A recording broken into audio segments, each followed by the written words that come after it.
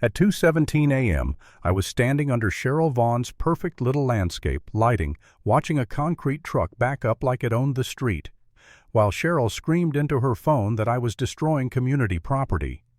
The same mailbox cluster her HOA had dumped on my front lawn 3 days earlier without permission was suddenly a crime because it wasn't on my lawn anymore. And the second those red and blue lights hit the curb, I realized Cheryl wasn't panicking. She was performing. My name's Ethan Parker. I'm 38. I work in software, and I moved into Cedar Glen Estates because I wanted boring, quiet streets, trimmed hedges, neighbors who wave and mind their business. I didn't move here for politics. I didn't move here to fight a homeowners association like it was a second job. But Cheryl Vaughn did. It started on a Thursday morning. I stepped outside with coffee and heard heavy machinery before I even saw it, this low grinding rumble that doesn't belong in a calm neighborhood. Then I rounded the corner of my porch and saw a skid steer in my front yard bucket already chewing into my grass like it had a permit from God. 2 guys in neon vests were measuring and spray painting lines right next to my Japanese maple, the one I planted years ago back when my dad was still around and teaching me how to do things the careful way.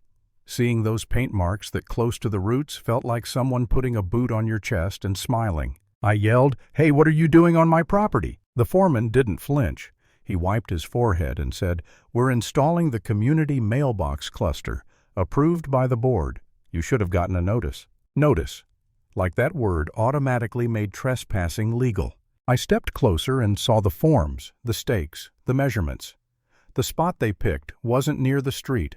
It was dead center in my front yard, front and center, where every person walking a dog would see it, where my walkway meets the lawn, where my house actually looked like a home.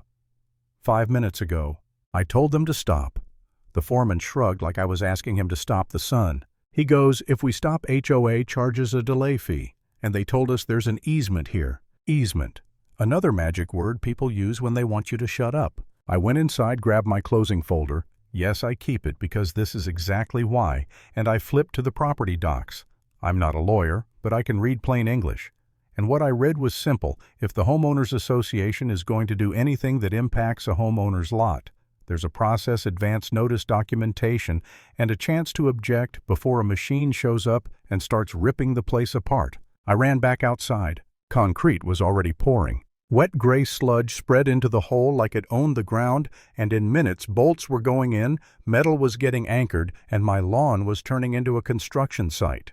I stood there watching it happen in real time because that's the trick. You argue, you hesitate, you try to be polite.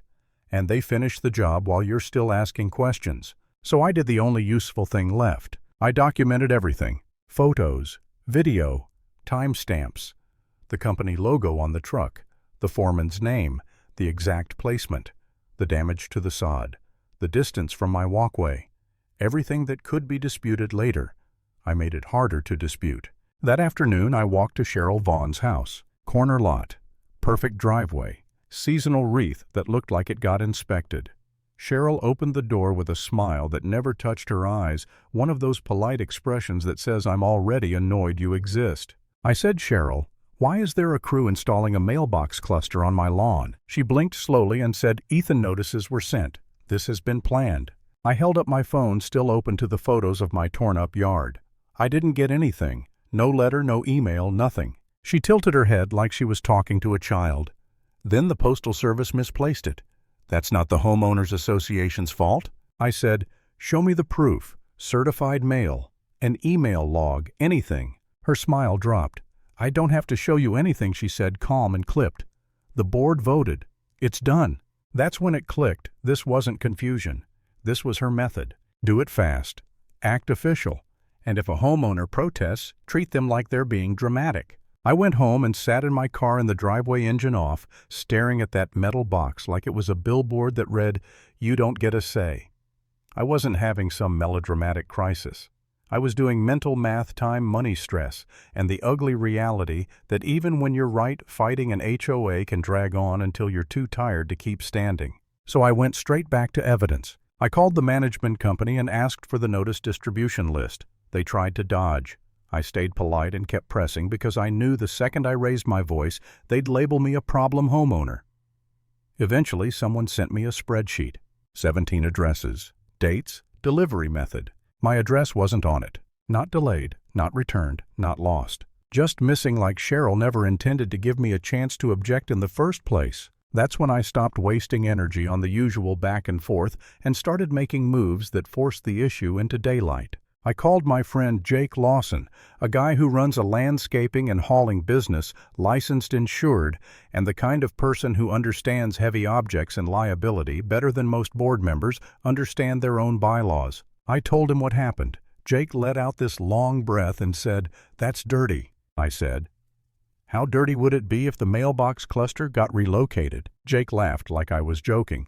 "Ethan, don't do anything stupid." I said, "I'm not talking about vandalism. I'm talking about moving community property to a more central location, like the homeowners association claims it needs. Clean, documented, safe." Silence. Then Jake goes, "You're serious?" I looked at the mailbox cluster outside my window sitting on my lawn like a trophy I didn't win. "Yeah," I said, "I'm serious. We did it early Sunday because the fewer eyes, the fewer people twisting the story." A flatbed rolled up around 2:15 a.m., lights low.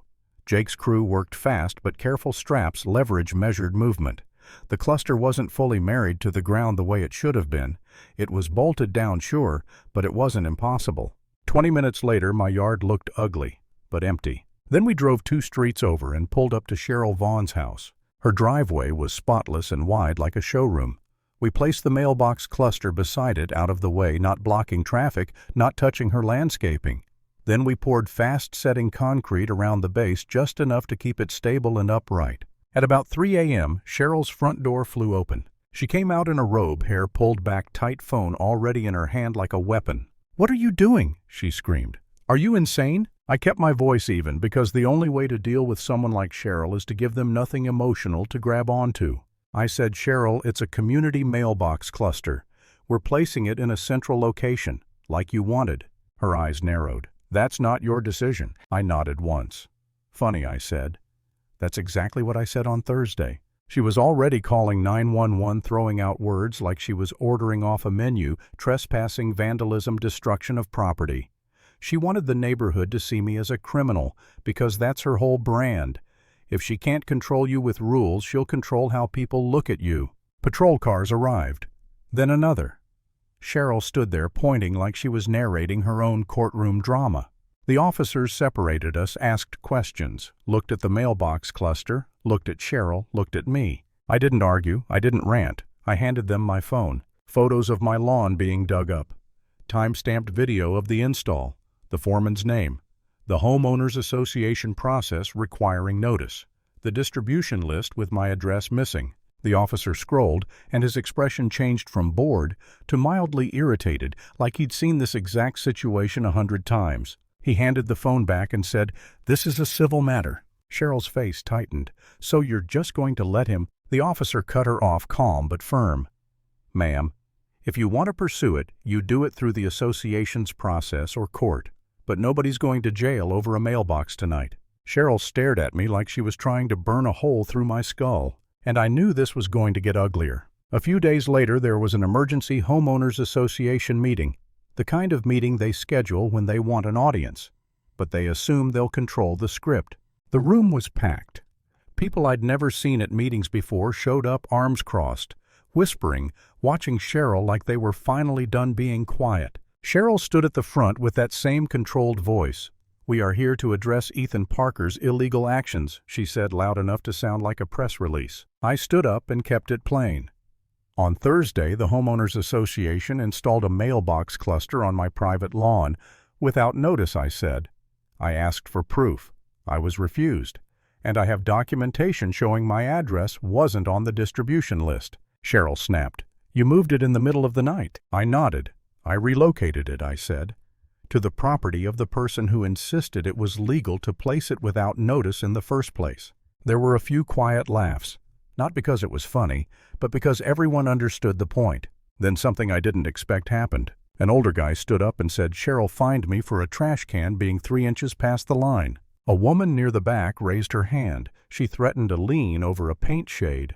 Another neighbor said, "She told me I needed permission to park my own truck in my own driveway." One after another, people started listing things, fact states, letters, fines. Not rumors, not drama, just a pattern. Cheryl tried to shut it down.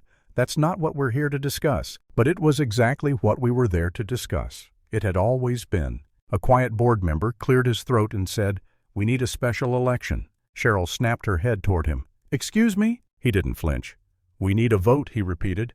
"Now." And that's when Cheryl made the mistake people like her always make when they feel control slipping. She escalated. The next week, I started getting petty violation notices like clockwork. Then my security camera caught Cheryl at the edge of my property line at night tugging at the small private property sign I'd put up after the mailbox incident, like she couldn't stand the idea of me drawing a boundary. I filed a report. I submitted the footage. I attached the logs. I did it clean. The county mediator got involved. The management company started sweating. The board petition gained signatures fast because once people see a crack in someone's power, they finally stop pretending the wall is solid. The final hearing wasn't loud. It was small, quiet, procedural, exactly the kind of setting where a person like Cheryl can't perform her way out. She tried to talk. She tried to frame it like I was the troublemaker. But the record didn't match her story. The judge didn't rant. He didn't lecture. He ruled probation for the harassment-related violations, restitution, a no-contact order, and best of all, an order barring Cheryl Vaughn from serving in any homeowners association leadership role in our community. Cheryl didn't cry. She didn't scream. She just stood there jaw tight, realizing her title didn't protect her anymore. And I walked out without celebrating, without making it a victory lap, because the win wasn't emotional. The win was simple. When someone tries to run your life with paperwork, you beat them with paperwork that's real. Lesson document. Everything because facts don't care who's on the board.